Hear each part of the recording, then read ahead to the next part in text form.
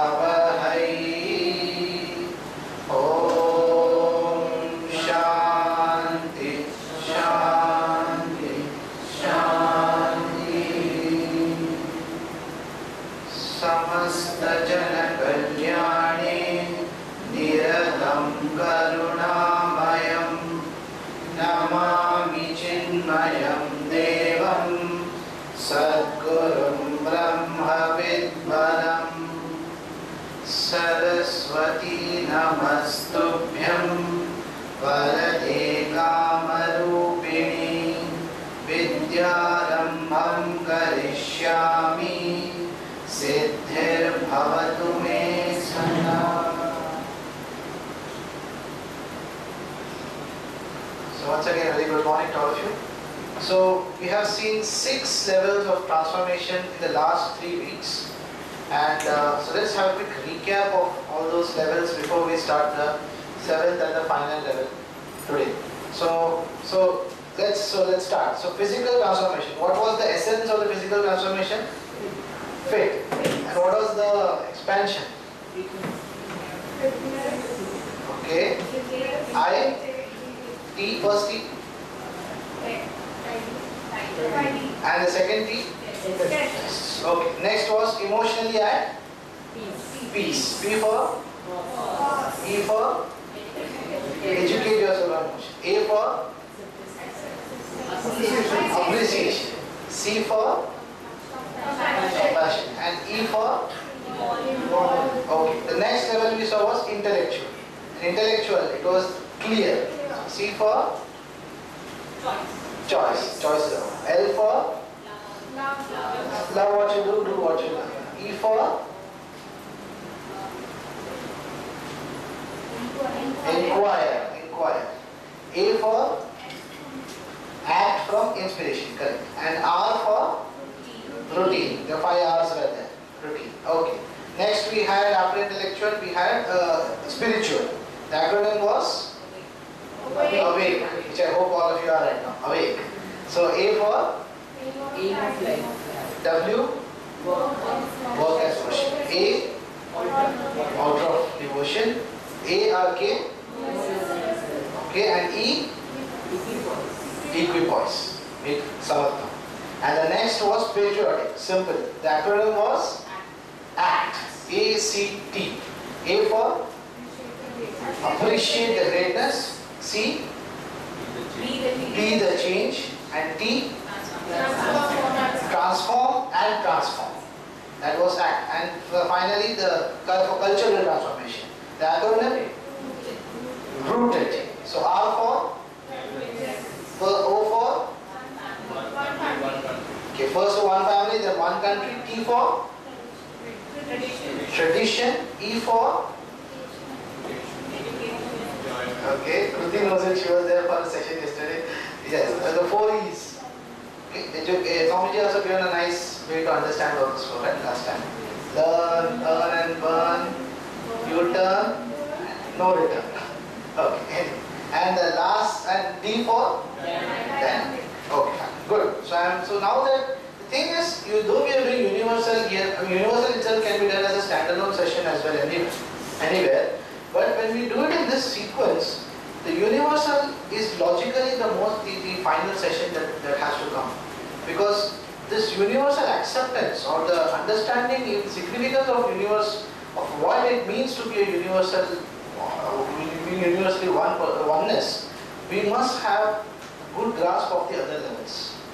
We have to understand our own self. If you see the projection, the growth has also been like this. We started from understanding our own self first, the body, the mind, the intellect, then our own spiritual knowledge, the spirit.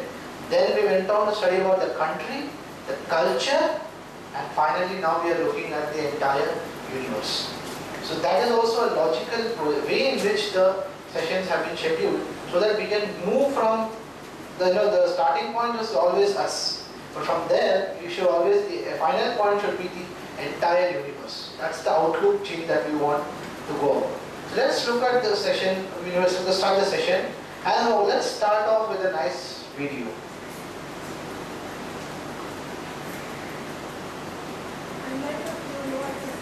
Yeah. Oh yes, and the initial acronym exercise was the what is to give the little bit of.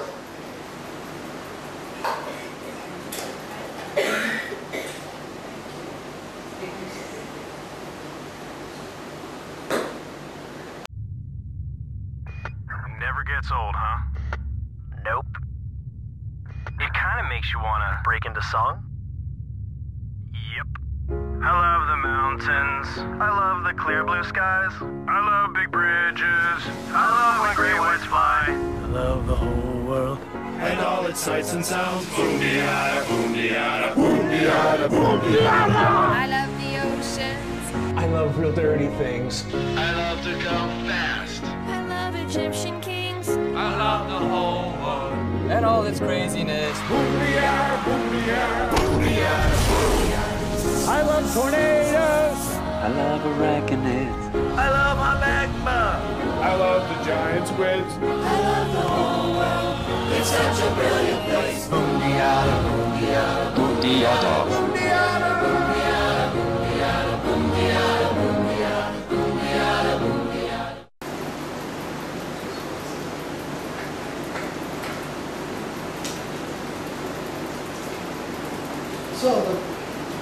So the world is awesome. That's the tagline of that video. And do you all agree to that? Is the world really awesome? I'm not saying anything. Yes. Passive answer. Yes or no? Okay, it's amazing. It's awesome. The fact is that if the world itself is so awesome, then what to speak of the universe? And I'm sure all of us have had this experience that the reason we long to visit, I'm sure all of us love to go on vacations, and whenever we go to these places, it could be a mountain top, or it could be a beach, or it could be these things. Why do we go for the view? We say, hey, the view is beautiful there. What does the view give us? It's just another picture, right? So many pictures are there in front of us. What is the view? Why do we look for getting scenic views? Or why do we like to just sit and watch the ocean or the sea? What does it do for us? It sort of gives us a magic piece, and I don't know, you just go into some other world when you actually look at it. Okay. It's kind of to connect to things around. Okay. The feeling of expansion. You're a feeling of expansion? Yeah. It is generally that we go to places that we love.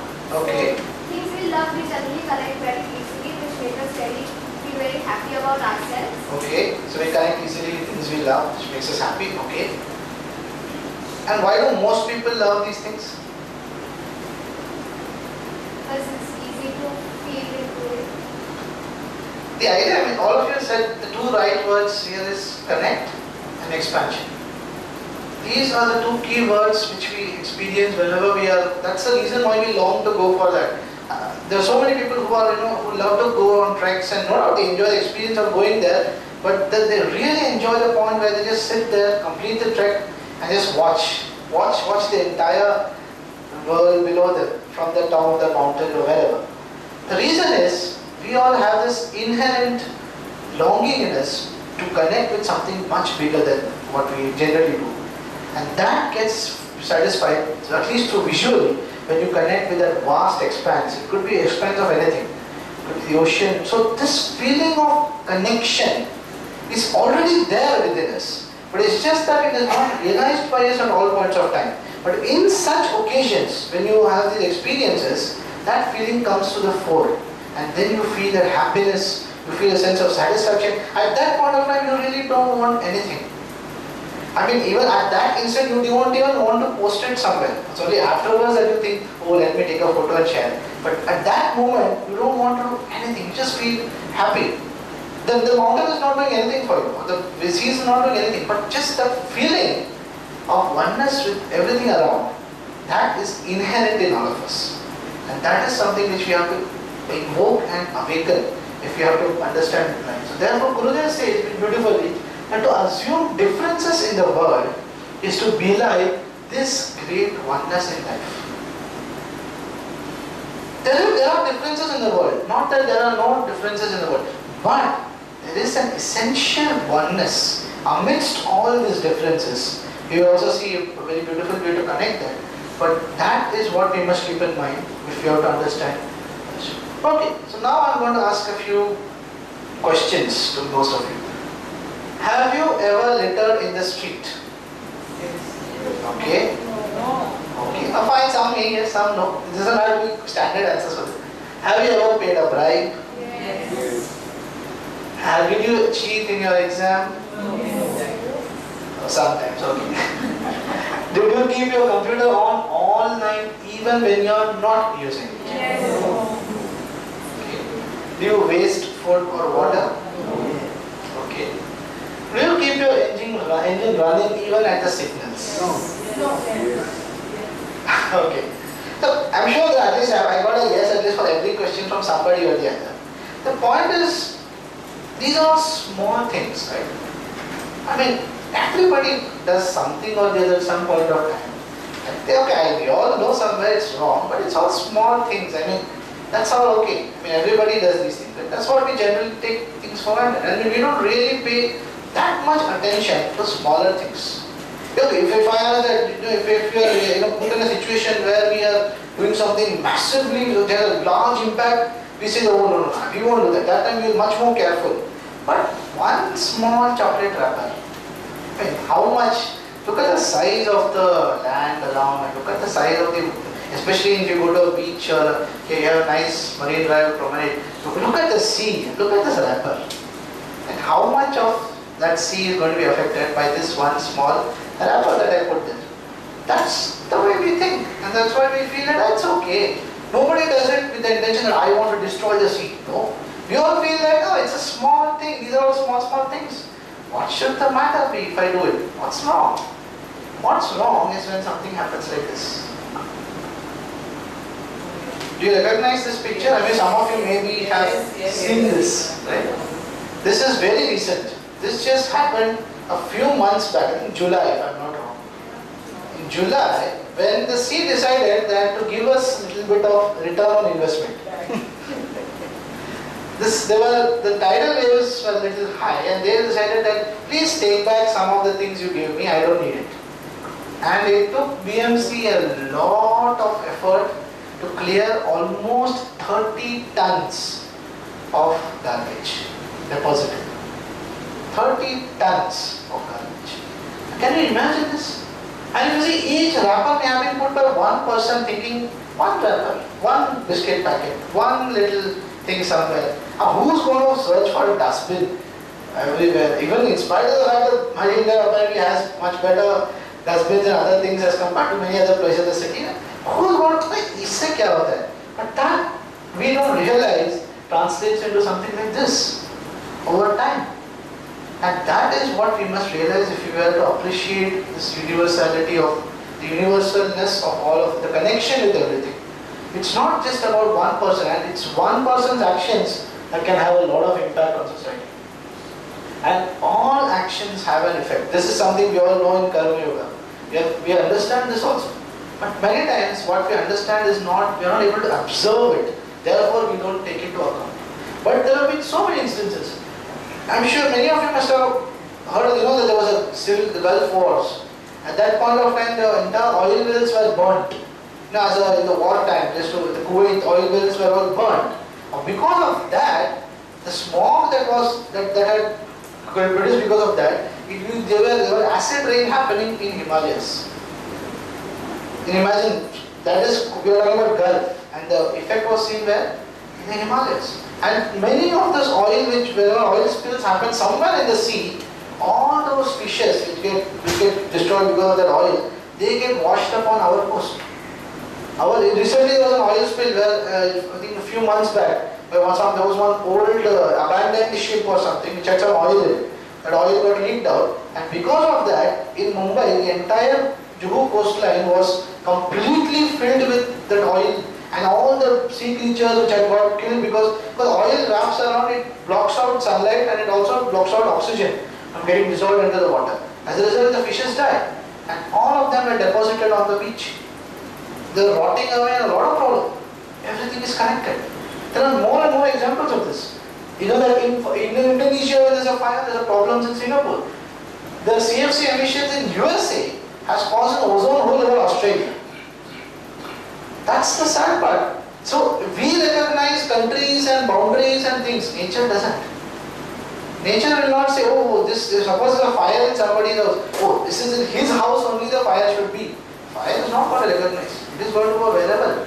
So if you understand, please, that we are all connected. So every action all actions have far-reaching consequences. And it's a very beautiful quote. It says that you cannot pluck a flower without disturbing a star. And it just shows you the way everything is connected in this world.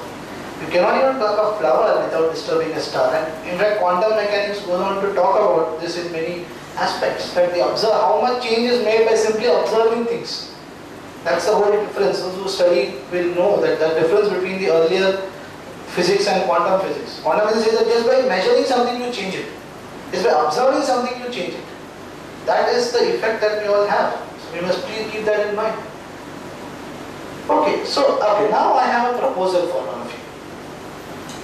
Okay, since you all would like to have some extra income, we have come up with this new proposal wherein we are going to pay you 50 crores, okay, you can keep this using mind, 50 crores per day for just as a rent for keeping the garbage in Mumbai city with you. That's all. That is, whatever garbage is generated in Mumbai city, just that much, please keep it with, just collect it and keep it with you, and we will be paying you a rent of 50 crores.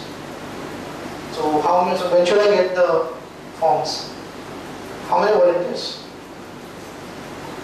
None? 50 crores? Yeah, I volunteer. Oh, okay. Swamiji is volunteering. Get me the form. I donate that 50 crores to children. Okay, Swamiji, I will bring the form. But there's a catch. I'll just give you an idea of how many centers of Chinmaya Mission would be involved in this. Does anybody have an idea of the amount of waste generated in Mumbai on one day basis? More than 50 tons. More than 50, of course, 50 tons the sea only gave. It is 7,125 tons estimated per day. So some nice picture. 1 ton equal to how many kilos? 7,125 tons every day is the average waste generated in Mumbai. So now Swamiji, you can figure out how many centers would be involved. You can imagine the kind of land needed. This is just a picture of the dumping ground. You can just imagine the amount of space needed to dispose of all this garbage. Do we even think twice before discarding something? As far as we are concerned, just 2 dabbas go from our house, right? One maybe in the one dabba we keep, the other dabba somewhere in the kitchen, one dabba somewhere else, 2 dabbas of garbage, that's all. So we don't really think about discarding something, throwing something away without realizing how much is getting accumulated. And it's one of the biggest problems that today the BMC is facing, not even the broken roads. More than that, the problem that they are facing is how to dispose this garbage. You can't burn it. Most of it is got a lot of toxic chemicals. You can't burn it. You can't. It doesn't decompose on its own. Even things which otherwise naturally decompose, because they are being mixed in such a large quantity and in such concentrations, even organic things don't decompose for a long time. And where are they going to take the garbage? And they want to dump it. They are right now, they're simply dumping it over and over, but they are falling short of space. They say, okay, this place is now over, they have found another place near Virar, they will dump something there. How long is it going to go on? 7,000 tons of garbage every day. And how much of that? And only 2,000 tons of that comes from construction sites. It's not that it's only the industrial waste. Only 2,000 tons out of that 7,000 comes from construction sites. The rest all come from residential places. And you can even keep in mind the fact that this is what is actually reaching the PMC dumping ground. How much of that doesn't reach only? How much of that just goes around? I mean, 50 tons was in the sea. That never got to PMC. So just keep in mind the amount of waste we are generating. It's always these numbers that affect us, because usually we have very small thinking about what we can do, what is our area of interest. We have very small thinking. But this is not that. 7,000 I think DFC is collecting. More than that, it still cannot collect it. It's still there. Yes, correct. That's what I'm saying. That this is only what is being collected and dumped. Compared to that, how much is not even reaching there.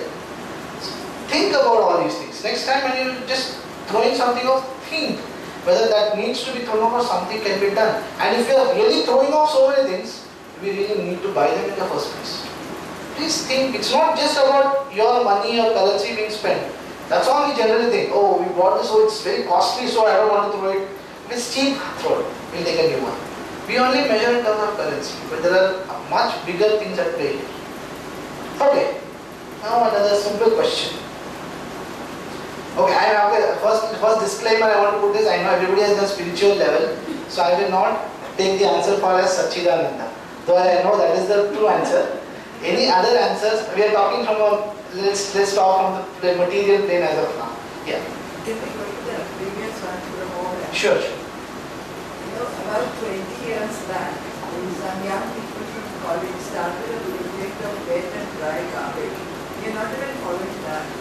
Correct. Only some areas in Bombay is being followed. Correct. Even if we did that, it would make things. True. It will make a huge difference. I mean, there's so much of recyclable material gets collected, and the thing is, it's just that, I mean, let me tell you, I always think that in IIT Bombay, those of you who have been to IIT Bombay, in every place, they have placed 3 bins.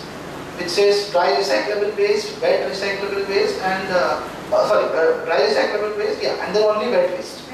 So you can actually have 3 bins, but yet, nobody reads anything while putting the, at least one improvement is, there are some who don't even put it there, but those who put it there, they don't pay even a small attention to see what that is written on the box. They just put it. At least that is one improvement over those who don't even put it. But those who put it, they don't even read what it is about. So it's not just about getting educated. I'm talking about IITs here. It's not just about getting educated or having degrees. We saw that last time. It's something much more than that. So yes, as you said, even that is an improvement if we can at least segregate our wastes. Make that to make a big difference. So coming back to the question, who are you? Just you can introduce everyone. Yes, you can introduce yourself. Who are you? I'm Shivam. Okay. I'm a media person in the meeting. Okay. And yeah, I'm a little photographer. Okay, amateur photographer, media person, Shivam. Yes, you can introduce yourself. Yeah. My name is Vasant Pai. Working in Mahindra. Okay, Mahindra stays at Powai. Yes, someone can introduce yourself. I'm just asking you, who are you? Whatever answer you feel like saying. I'm a drop in the ocean. Oh, drop in the ocean of people. Okay. Okay. How about you, sir? What do you? I don't know how to answer that. No, whatever way you think, you can answer. I can only introduce myself. Fine. How would you introduce yourself? Just as a normal person living in the city of Mumbai. Okay, a normal person living in the city of Mumbai. Fine. So we got so many introductions to who we are, right? Some said I'm working in the specific field. Some said the skill they are working and the place where they are staying. Some said that they are part of humanity. Some said they are part of people living in Mumbai. The reason I am asking this question is, our sense of identity defines our connection with things and people around us. If I am identified as a budding media aspirant, things of the media would be much more dear to me than some other things. My connect would be better with it. If I say I am identifying myself as a human being, then I would have more connection with human beings otherwise. So every identity that we have, it drives our sense of purpose. Our sense of purpose comes from a sense of identity. So one identity which we all, many times it's too big for us to understand, is that we are all citizens of the universe. We are not restricted to maybe only Powai, Andheri, Mumbai, Maharashtra, India, Earth. We are citizens of universe. And if we are citizens of universe, then what is our responsibility going to be? And before we get to that, what is even the scale that we are talking about here? So let's see a nice video here, and let's try and understand what we are trying to say.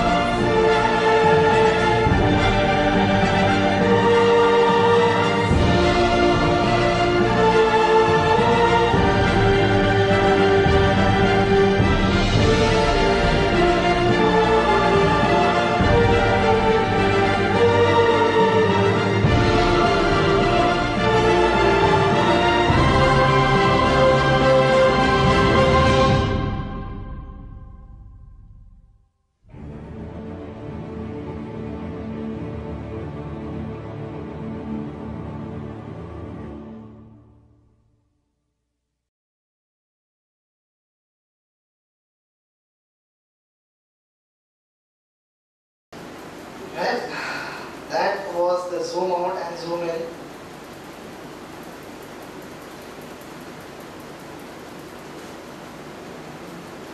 Of the universe. here we are thinking of so much that our problems are so difficult, so huge, so much of importance is there for all of us.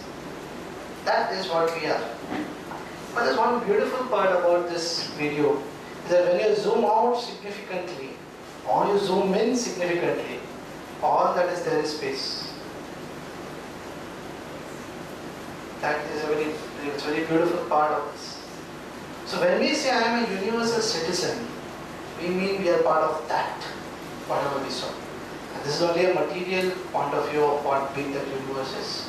This is, and by the way, this is only an assumed limit of the universe. Nobody actually knows the limit yet. It's only an assumed, that's the least maximum they can zoom out to, right, of what we know. So you can imagine what we are when we compare it to the entire universal scale, but yet we are an integral part of it. So this is not to make us feel that we are insignificant, but to understand that we are part of something so significant, so huge. That is what we are trying to point out here.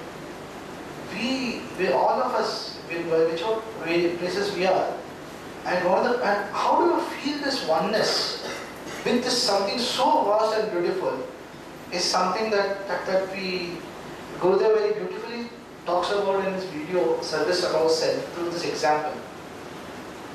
Let's look at our own body. They say, you know, that the microcosm and the macrocosm are related.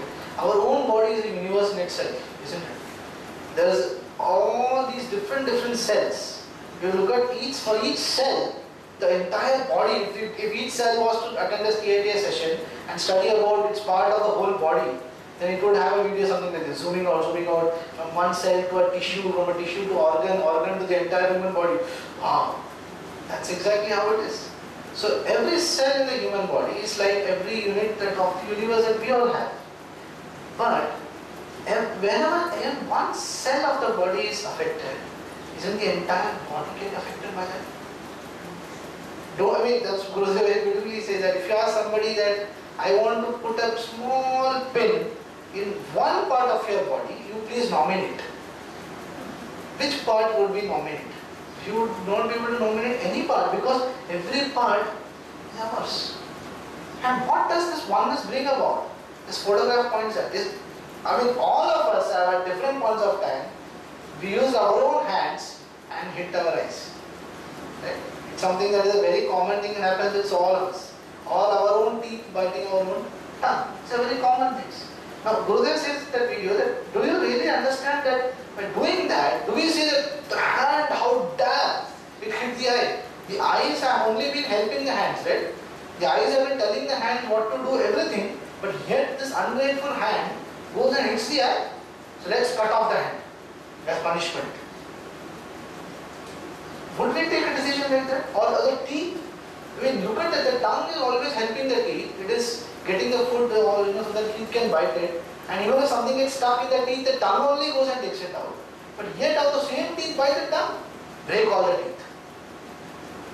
Do we take such judgments when it comes to the body? Why do we not? Because we understand that the entire body is one unit. And despite that, and when that we understand that unless all of them are not nourished, the entire body doesn't get its nourishment.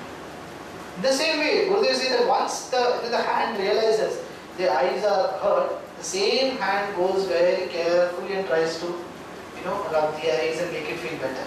And the eyes also, even though it's filled with tears, it says thank you to the hand. By the hand, it's a very beautiful video, those have seen it. But that's the idea. When we say I'm part of one, like every cell is part of me, and the whole universe is also one entity, of which we all are an integral part. That is what we must understand. And that is what is called a universal outlook. It's what we are trying to develop. We want to develop a universal outlook. And it has got one of the simplest acronyms, that is one. A very, very simple but very, very important acronym. One. Outlook, noble action, and expand vision. Let's see what this is one by one. Oh, some people noting it down. We'll look at each of them in more detail. is the essence of what we are trying to talk about. One. So the first thing is about the outlook. This is a very famous line taken from one of our Upanishads, Mahanarayana Upanishad says, Vasudhaiva Kutumbakam. I'm sure everybody have heard of this. It comes in different contexts, people use this. And it's not Vasudhaiva Kutumbakam, it's Vasudhaiva Kutumbakam. Vasudha Eva Kutumbakam. The whole world is one family, is but one family. So, question is, before we understand what this means, what is a family? Since you heard an emotional transformation, I am asking, in culture, what are the essential features of a family? Love, feeling of oneness, respect, care, sharing, caring. Okay. Is it all goody-goody? Okay. Yeah. Is it all only goody-goody? Nice things? Okay. There are some conflicts, sometimes differences of opinion. Yes, you were saying? Sometimes you have to adjust and let go, compromise. Oh, generation gaps also happen in family. Yes. There are different kinds of thinking, different ways of expression of thoughts. Accept the differences. But yet we accept the differences. The only thing a family stays together is despite the differences, despite the generation gap, despite conflicts and so many things, the oneness and love is placed above all this, which is why the family remains intact. It is no family can have claimed that we in our family nobody fights, has no differences of opinion. The family, I doubt, exists. Every family will have differences of opinion, has fights, has conflicts. You have to share things sometimes. Brother, sister, you always have these clashes going on. But yet, when it comes to tackling a problem, when it comes to handling a situation, we realize we are all one. That feeling is exactly what we need to have for the whole world. There are going to be conflicts in the world, mind you. It is not that I am saying the world is all hunky-dory. I don't have to say this. You know it. There are a lot of conflicts happening everywhere. But yet, despite all that, our feeling of that, I completely disagree with what that other person is saying and doing. And if necessary, I will even stop him from saying and doing it. But in my heart, I wish that only the best should happen to him. That is what we are trying to understand as a family. Which is what happens in a family. Your mother or father may very strongly stop you from doing something, may even tell you harshly many things. But in the heart, they mean the best for you. That is what we have to have for the world. That is what is the meaning of Vasudhaiva Kutumbakam. And another thing about a family is all interdependency. Isn't it? Everyone in a family depends something or the other on another family member. And that's how the family, I'm sure, for something or the other. The children depend on parents, parents depend on children, brother depends on sister, so on. And let's see whether that is true even for the world. Let me ask now. Whatever outfit that you're wearing, do you know from where it was manufactured? Some factory, okay, maybe some place. Okay, was it Indian or? Okay, it's Indian. Somewhere in India it was done. But do we have an idea of where the fabric was grown? We don't know. Maybe some farm somewhere. Then somebody was who weaved the fabric, which person put the machine, who stitched the fabric, how did it get to the store? It must have been transported in some truck. Which truck? It could be a Tata truck, it could be a Leyland truck. If it's a Tata truck, where the truck got manufactured, okay, now forget it came in some truck and we went to the store in some vehicle, and that vehicle came from some other company, and the fuel for running the vehicle most likely came from the Gulf. Can you imagine a simple thing of what dress we are wearing involves the contribution of so many parts of the world? Think about it. And we just take it for granted. We say, we go and buy from a neighborhood store. A neighborhood store is only a small window from all the places it has traced. If one were to trace the journey of every thread, it would be huge. So the point is, there is interdependency on the whole world, and that is what is the crux of it. And this is what is also mentioned in the other side in the Mahanarayana Upanishad. Only small men discriminate, saying one is a relative, other is a stranger. But for those who live magnanimously, the entire world constitutes but one family. It's for us to understand this. And are we the only ones saying it? Is it only said somewhere in the Hindu scriptures, only in our Upanishads? No, it's not. The first one is a very famous verse of the Gita. The self in one is the same self in all forms, and like a string that holds the pearls, everything inside. Christianity, God hath made one blood all nations of men. Judaism, Islam, Shintoism, Buddhism, Sikhism. And I'm sure in every religion you can go about, you can go for any religion, you will find this concept of universalness and brotherhood common to all. Because it is an inherent feeling in all of us. So Vasudhaiva Kutumbakam is the phrase we have taken one place, but it is not a concept limited to only an Upanishad or somewhere. It's a universal concept in itself. Okay, so that's fine. We understand that we are all part of one universe. But what is our response? We are part of one family as well. So what is the responsibility that we have towards a family? Let's see a small example.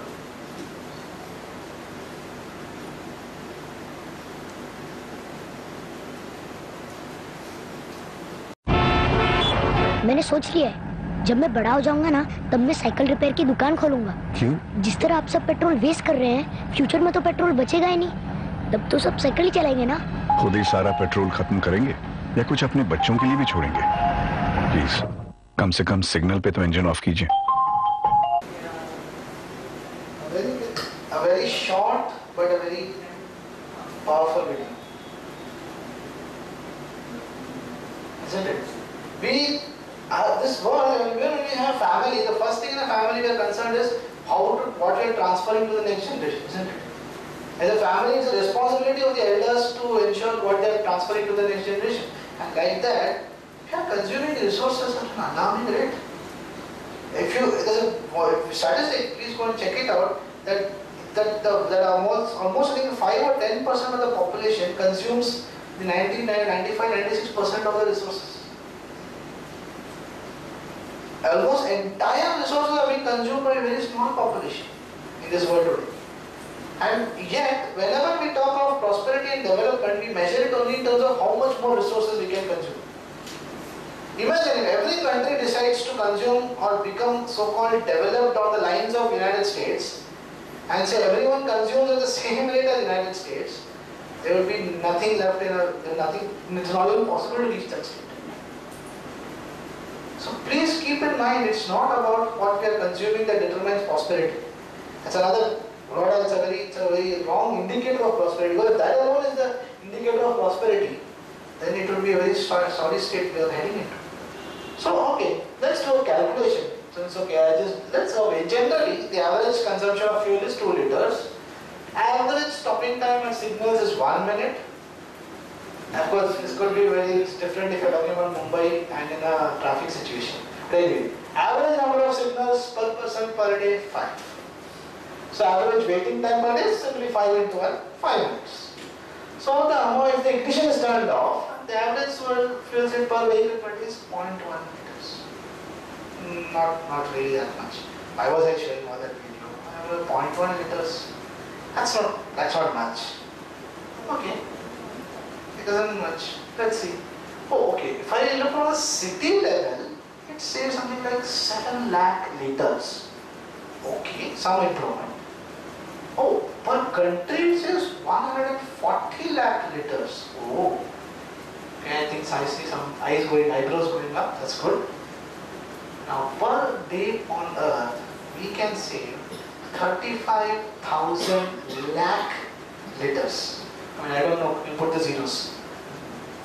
35,000 lakh liters of petrol can be saved simply by switching off your vehicle whenever the signal is more than a minute and more than a minute. And today, at least in most cities these days, we have those indicators where you tell you how much time it's going to take. So I'm sure when you see that it's going to take, all the effort it takes is, that's all. And one more effort to it on, that's all. But you can imagine the concept, that's the thing that you have to understand, that if we are saying that we are in one family, then the next thing that we should keep in mind is that we have to do noble actions. It's a part of that Loka Samastha Sukhino Bhavantu. And it's part of the Shanti Mantra that we say, Loka Samastha Sukhino Bhavantu. That is the vision that we are talking about here. And unless each of us have this vision, and unless everybody in this world gets that vision, the world is not going to improve. Let's see what Gurudev has to say about this.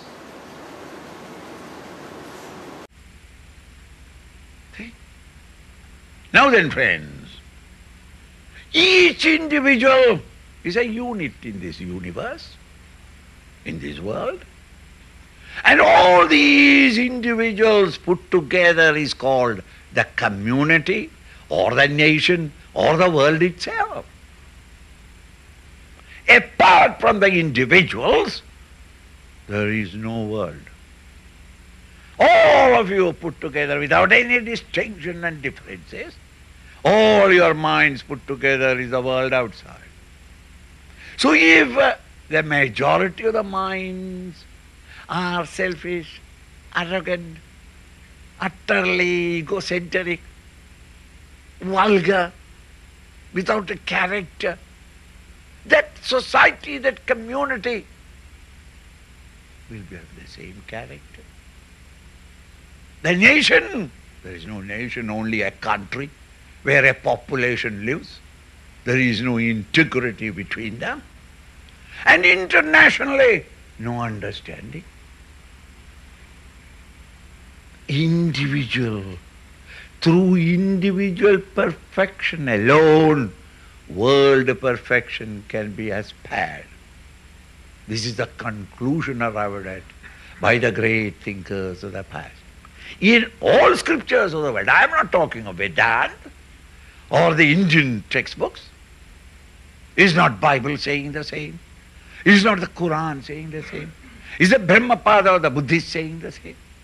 Every great master who has given enough thought to it has understood that the cause for the sorrows of the world outside is the imperfection or the disturbance of your own mind. This video of Gurudev was given at the United Nations. Those of you, it's a planet in crisis was the topic. Many of you have heard the whole video. It's also available, even the book is available. So, when he's addressing world leaders, in fact, this is the inspiration behind the TITA movement itself. That through individual perfection alone can world perfection be aspired. And that is what we are trying to achieve. And for that, it's always remember, small actions by millions of people is what makes a big difference. And it is this that we are trying to make you understand. So that is the idea of Loka Samastha Sukhino Bhavantu. Now, there are three things. We can, when we think, there's something called as, there's some small circles, which show the figure next time. There's something called as circle of influence, or let me show the figure first. Circle of influence, circle of control, and circle of concern. Three circles that are there in all of us, Our circle of control is a very limited area where we can actually control and make a change. We can start by our own actions. To some extent, maybe if you are heading an organization, then we can bring in some rules. We can bring in some things where we can exercise better control. Or if we are having a close set of friends, we can convince them. We can have a little more control in that area. The circle of control is always going to be small. That is not what we are saying. I am not saying I can sit here and control the entire universe or change the entire world. No, circle of control is going to be small. Bigger than that is your circle of influence. Though I cannot control so many people, I can influence many more. When we are conducting these TITA workshops, what are we trying to do? We are trying to increase the circle of influence. When we are talking to more people, when we are meeting more students, corporates, whoever it may be, when we are telling them or sharing ideas with them, we are trying to get we are not trying to control them, we are trying to get our influence. We are trying to influence their minds towards a direction which will be benefit for all of us. That is a circle of influence. But a circle of concern should not be limited. That should be the entire universe.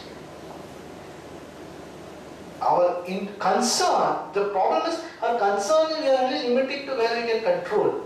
That is never the case. Our control is always small, but the concern should be the entire universe. That is the difference we have to have in our vision. Our actions also have to have that kind of attitude. It's not only a partial, I know I cannot change the entire, that's what when we speak to many people, they say, I can change, but what about everybody else? They are not going to change. Just because I turn off my signal turn off my vehicle at the signal, I doesn't mean all the others are going to. So what, therefore we feel, what difference is going to make if I leave it on as well? But it's not that. So your control is limited, agreed, but your concern is not limited. Your concern should be the entire universe and what you can do for it. And that is how your actions, quality of your actions is going to be determined. That's the nobility of action. Let's look at another example. How many of you recognize this person? Anybody? Nobody? Okay, maybe you recognize the institution he created, but last time somebody mentioned the name of that. Yes. This is the Arvind Eye Care Hospital and Madurai. And what that hospital is, it's a very beautiful thing. It's a small.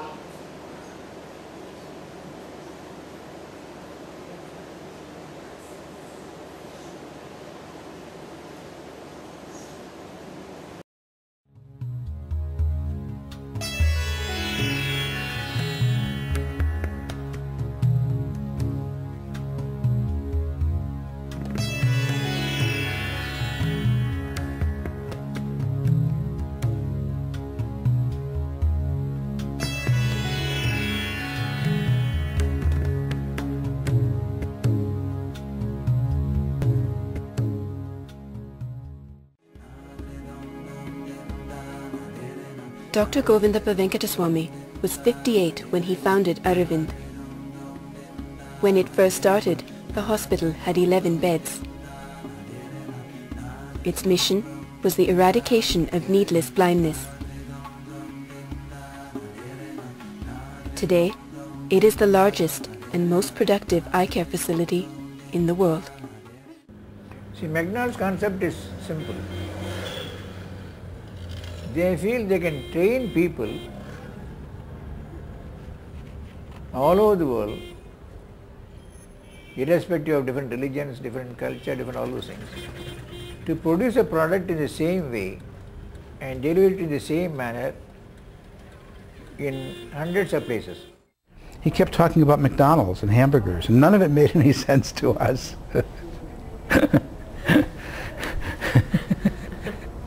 He wanted to create a franchise, a mechanism of delivery of eye care with the efficiency of McDonald's. There are now 5 Aravind Eye hospitals in South India. They are all self-sustaining, and together they see over 1.4 million patients and perform over 200,000 sight-restoring surgeries each year. 2/3 of its services are free.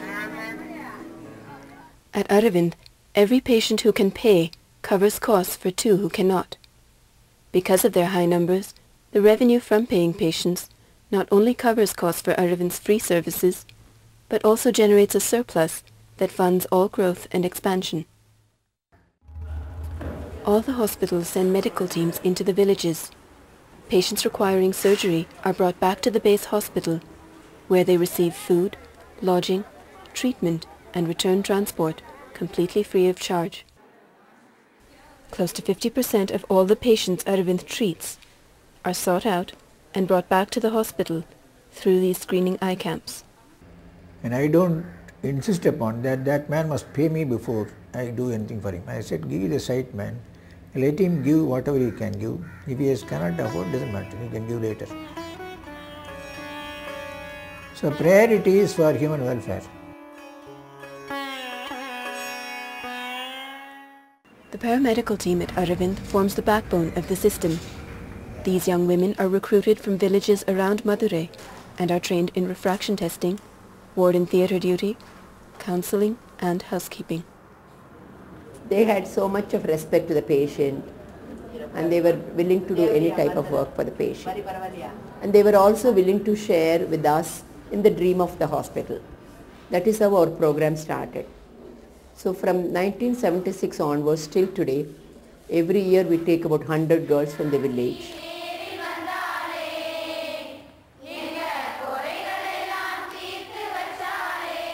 Four highly trained paramedics assist each doctor, thus optimizing the surgeon's time and skill. In this way, a doctor at Aravind averages over 2,000 surgeries a year, against a national average of 220. Doctors are not paid extra because they are doing more operations. But the other way it helps also. Ours is a teaching institution. The more patients are there, the better the training can be. We all know ophthalmologists are a premium in this country. We are only 10,000 to 11,000 ophthalmologists for a billion population. So we have to be much more productive to meet the demands of the people. So, and Aravind has pioneered a system that helps us to do high volume work.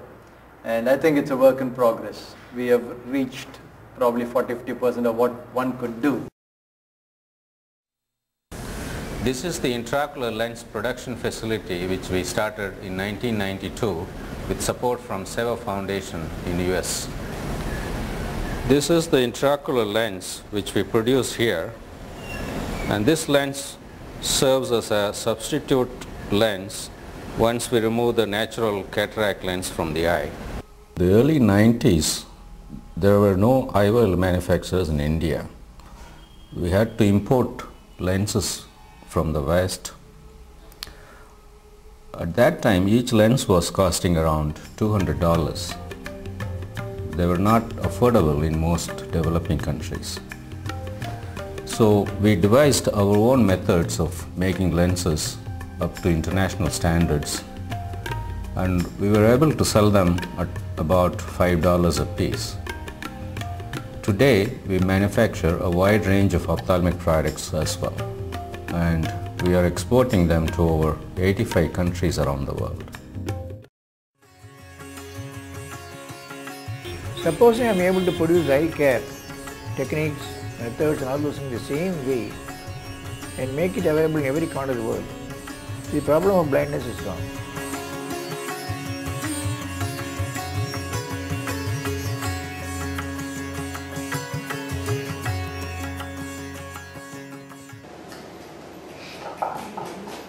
It can be generous here. So you see, this is his vision is much clearer to remove blindness. That is the point. He's not blinded. His vision is very clear. That's how we, and you can imagine his inspiration was McDonald's. So you can see the way, as I said, it's just about having that idea in mind. You can get inspiration from anywhere. But it was McDonald's which inspired Dr. Venkateswamy, and he created Aravind Eye Care, which is till time, I'm sure I don't say anything more because the video covered almost all aspects of that institution. So that is what is meant by having that outlook and a noble vision. And another person whose noble deeds is the reason we are here today is our Gurudev. So let's also see a small a very beautiful clip that is there of Gurudev about how this movement started. And this is also, when you are visiting institutions, this is a very good way of presenting in short what we are about and what we are here to tell. Let us see this small video.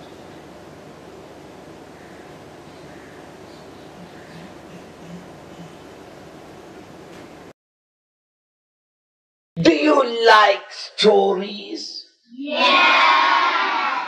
Once upon a time.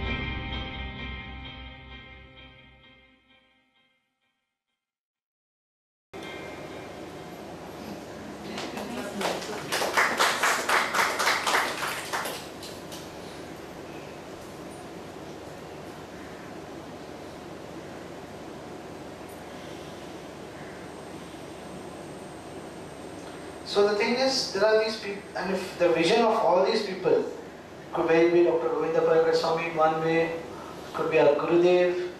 These people have had an idea of this, that Loka Samastha Sukhino Bhavantu. So what is it that we can do?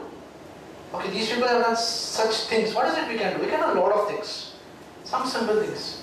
First time, pray for people who are going through difficult times. I'm sure everybody can do that. You don't have to be, I mean, when we go to a temple or whatever, wherever we go, and you want to even at home, pray.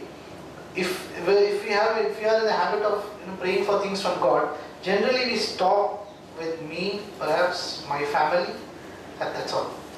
How many of us even think of saying Loka Samastha Sukhino Bhavantu with that attitude? Oh, maybe some of you do. That's very nice. But that's something all of us have to have. Pray. Somebody more than whom you know.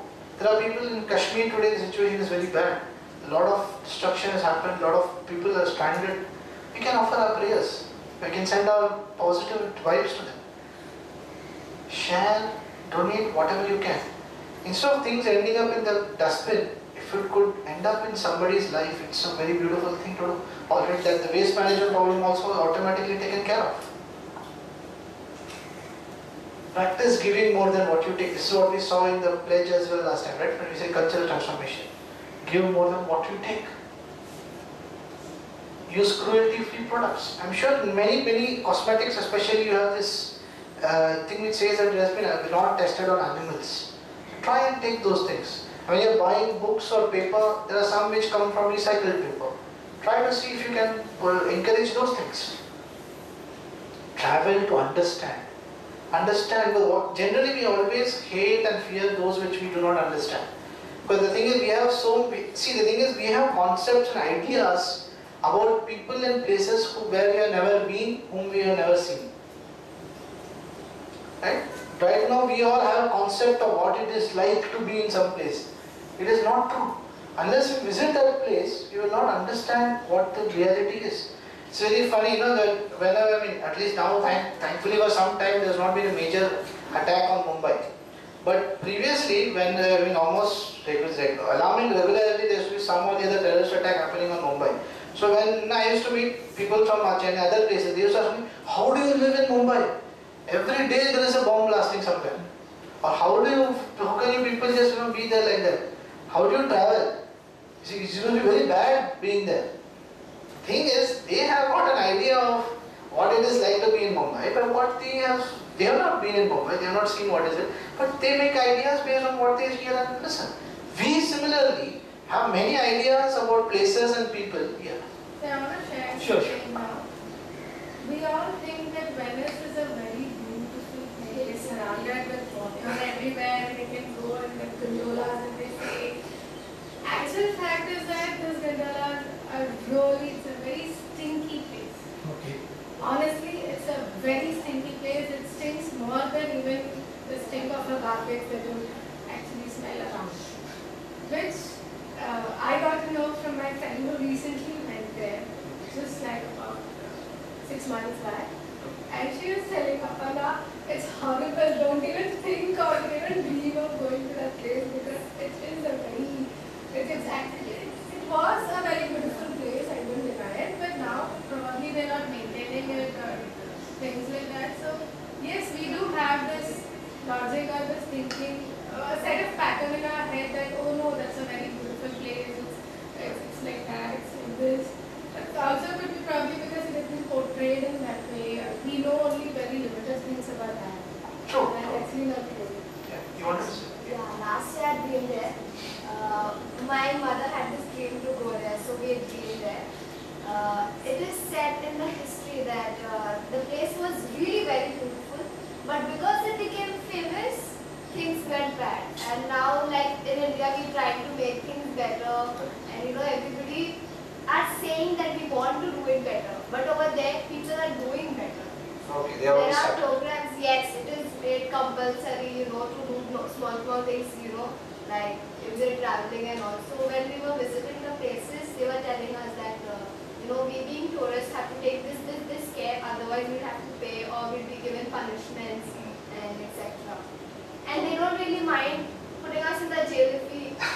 Take them. And then nice now than it is. Okay. Yes. Fine, true. I mean, the whole picture is always absent unless we have actually. So we can go and travel and read more, or at least try and read different things about a place. Even if you are saying physically not possible to travel everywhere, try and read all sides of things, not just one side of things and conclude based on that. Try to expand your vision that way also. And whatever you can do in your own little way, do it. I'm sure everybody is capable of doing something or the other, but just that thought should be there at the back of their mind. That's all that is needed, nothing more. So if I can do something good, do it. That's all. Doesn't take much. And in our thing, we do not restrict ourselves only to other human beings. Even inanimate things are movable too. This is by the very famous mountain. How many of you know what this is? What does that snow there look like? It's not the Kailash Parvat, it's the Om Parvat. It's called Om Parvat. It's called mini Kailash or something. It's called Om Parvat. You can see the deposition is in the shape of Om. It's a natural formation. So not just this mountain, but even all inanimate things are. This is in Uttarakhand. One of the, it's in Himalayas only. One of the mountains in Uttarakhand. If you go to Gomukh and go about to Tapovan, from there you can see. You can see it from Tapovan, no? You can see. You can't touch it now. It's far. See. I don't know, maybe it must be there because deposition is usually there all through the years. Swami, the deposition is always like this? Most of the times. But except when it is winter and all that. Now see, there a lot of snow has melted. Na? This is not going to be the case in winter. Winter it will be all full with snow. So that's the beauty of the Om Parvat, as I said. And for us, even animals are holy for us, right? Even the cow is it's just a, you see, when Westerners, they feel like, what they are looking after cows. But the thing is, it's not just about the cow, it's about the fact that everything is holy to us. Everything. And that's why we have almost gods and vahans of all kinds of animals and all kinds of birds, trees, because we recognize the essential divinity in all of them. So let's do an activity right now. It's a very beautiful activity. Then you can just keep your pens, etc. aside for a while. Just close your eyes. Or if you can sit down.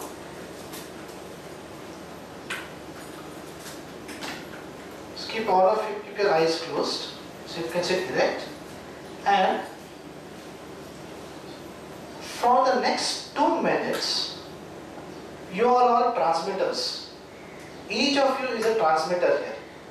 And you are going to transmit all love and positivity that you can imagine or you can bring in your mind to the entire universe.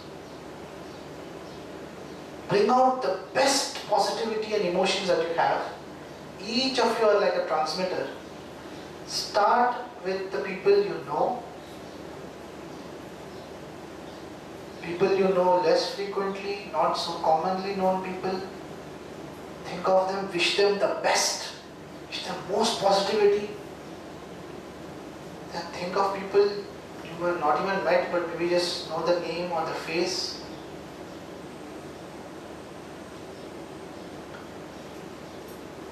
Expand your vision to all human beings, all Indians, all beings all over the world, all humans all over the world. Wish them best that you can, all the positive emotions.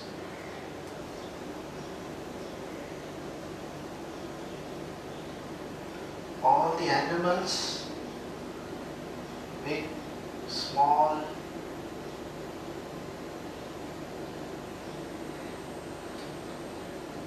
all the plants, grass, trees, shrubs, forests.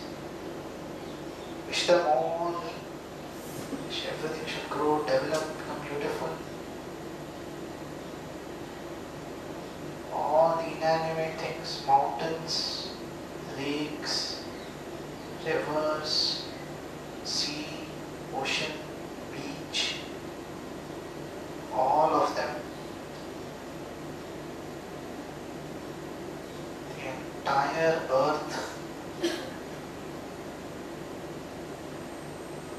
the moon, the other planets, the sun,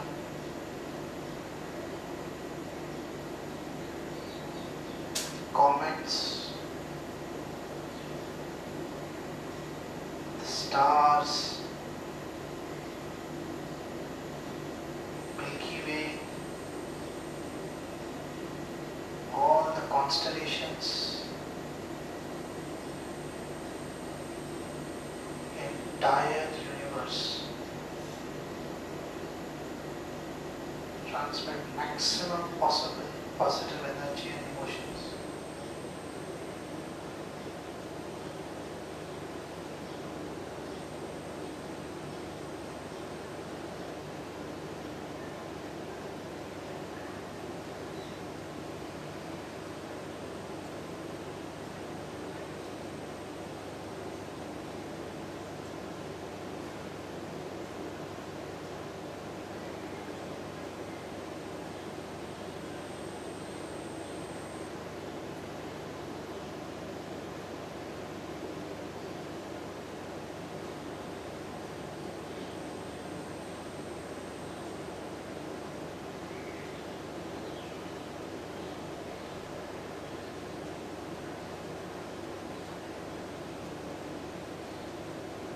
Gradually become aware of your surroundings.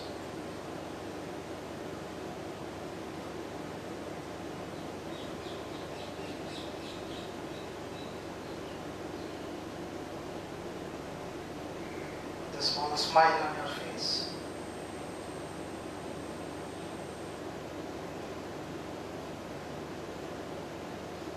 Gently open your eyes.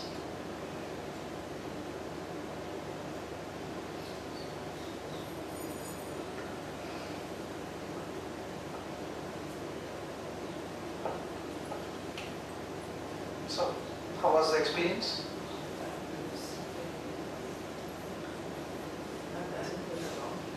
Okay. This is an activity which all of you can do every day. It doesn't take just 2 minutes. Every day, you can, wherever you can, sit down and wherever you are, send out positivity to all parts of the universe. Swami Vivekananda used to say a very beautiful thing. He said that we all know that thoughts consume energy, right? You have seen this in emotional transformation as well. And every energy has a certain frequency. So all of us are like transmitters, we are both transmitters and receivers. So our mind is continuously sending out frequency and our mind is also continuously receiving frequencies from the world around. But now just like you tune a radio station to a particular frequency, you get a particular, say a particular wave, particular FM station, whatever. Like that, when our mind is tuned to in a particular mode, we start receiving all the vibrations of that particular frequency into our mind. Which is why when we are, say, in a negative mode, all kinds of negativity we start to experience all kinds of negative feelings we start to develop for all things around us, because we are receiving all those negative energy. The same thing happens reverse. When we are having positive energy, we are attracting all the positive vibrations to us and we become more and more positive. So next time we have any thought in the mind, we are not only creating impressions on our own place, but we will also be indirectly helping or harming somebody else at some point of time. So all the negative thoughts you have sent out through your transmitter will be received by some poor guy who is in a bad mood that day. So you are contributing to his bad mood in your own ways, by our own thoughts. The same thing happens even for positive thoughts. So please send out positive thoughts and signals wherever you can. That is what is needed. So the next part of E is expand vision, and the verse that from Bhagavad Gita is Sutre Manikana Iva, which means that there's one life principle which is functioning through all of us, like the string that moves through the pearls to keep the necklace. Right? Without the string, the pearls cannot remain. The necklace doesn't remain, but the string is never seen. Everybody admires only the pearls, but the string is invisible, but yet it is holding it together. Like that, there is one invisible principle which is holding everyone, and that vision is what we should get. This is a very famous picture. I'm sure many of you have seen it. It has been shared many places, and this concept is called Ubuntu. Can somebody explain what it is? I mean, have you heard of this? I've seen this before. Ubuntu. Well, it is the name of one Linux operating system. That's what somebody may be thinking. But that itself has come from this concept of Ubuntu. The thing is, one anthropologist went to Africa and saw a group of kids. He wanted to see how they respond, to different situations. So he kept some fruits below a tree, and he told the kids, when I say on your marks, get set, go, all have to race. Whoever reaches the tree first gets to eat the fruits. So he said, let me see how competition affects these people. The anthropologist, he wanted to experiment. So when he said on your marks, get set, go, what he saw, all the children, they held each other's hands, and all of them ran simultaneously, to reach the tree at the same time, and all of them shared the fruits.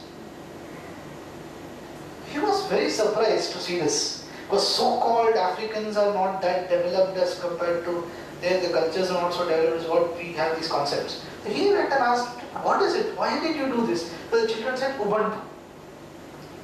This is called Ubuntu. He said, what is Ubuntu? He said, what Ubuntu says that I am because we are.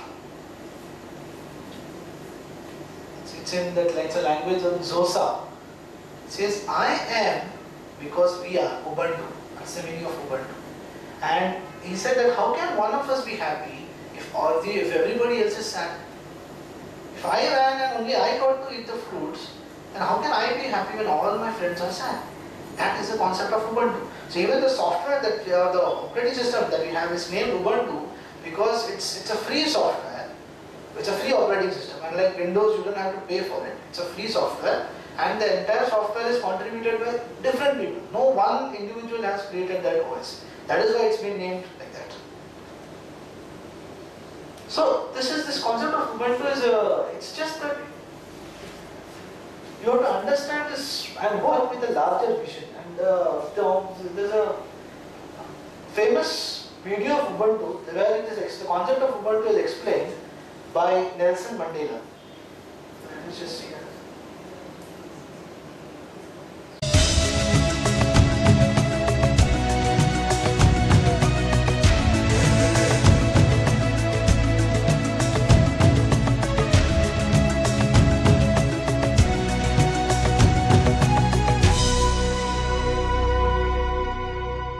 Many people regard you as a personification of Ubuntu. What do you understand Ubuntu to be?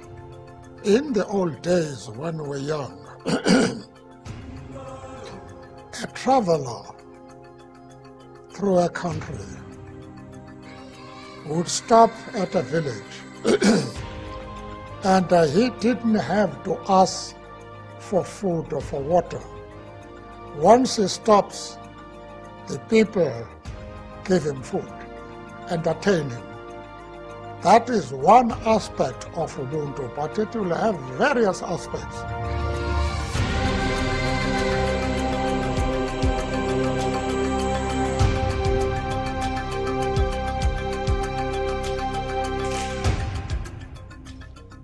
Ubuntu does not mean that people should not enrich themselves. The question, therefore, is, are you going to do so in order to enable the community around you to be able to improve? These are the important things in life.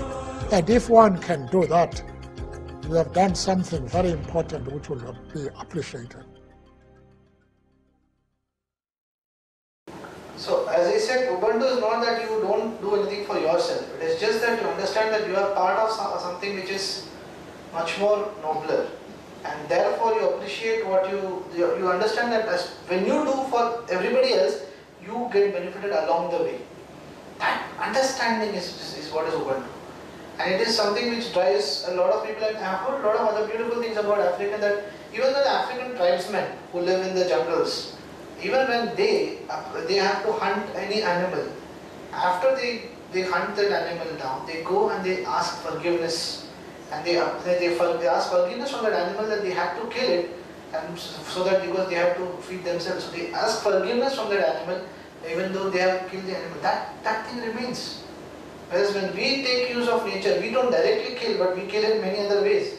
We don't even have a remorse. That feeling should come to us that we are all connected, and therefore we should do that. So as I said, as I said, 5-10 minutes per day, and send out your love to billion people.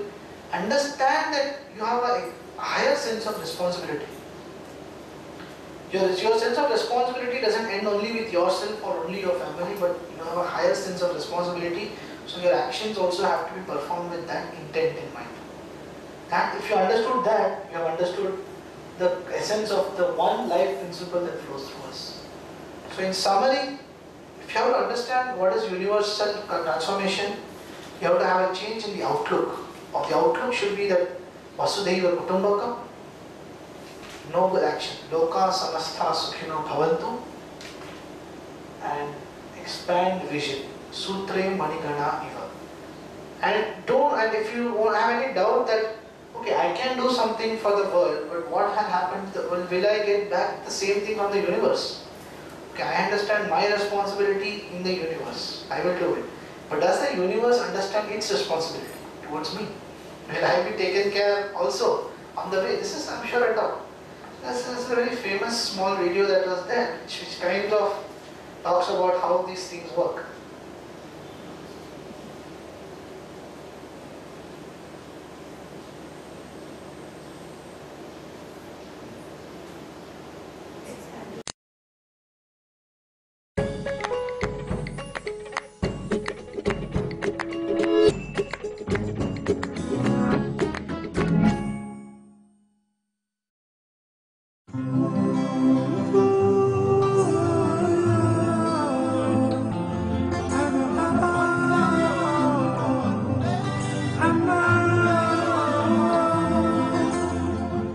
Sometimes I lay under the moon, I thank God I'm breathing, and I pray, don't take me soon, cause I am here for a reason. Sometimes in my tears I drown, but I never let it get me down. So when negativity surrounds, I know someday it'll all turn around, because all my life I've been waiting for, I've been praying for the people to say that we don't wanna fight no more. There'll be no more war, and our children will play. One day, one day, one day, one day,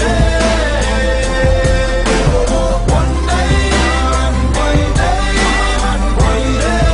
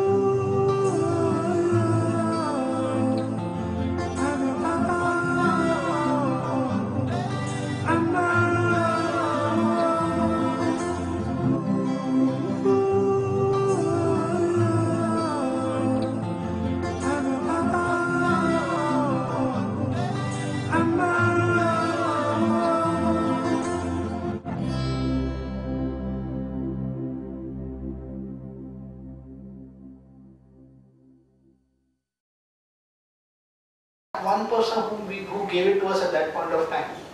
But we forget that it has come through a lot of cycles. So that's how the universe works. That's what we recognize. So now, I'm sure having understood how to be physically fit, emotionally at peace, intellectually clear, spiritually awake, actively patriotic, culturally rooted, we will all we'll understand and know what it means to be universally one. So let's take the pledge.